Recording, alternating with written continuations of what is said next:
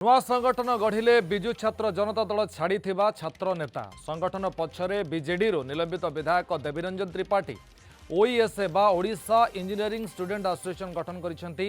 देवी घरे आज बसीथिला किछि छात्र नेतांकर बैठक। संगठन लोगो उन्मोचन करने सहित आगो को इंजीनियरिंग छात्रंक मौलिक सुविधा पई काम करियो बोली कहिछि।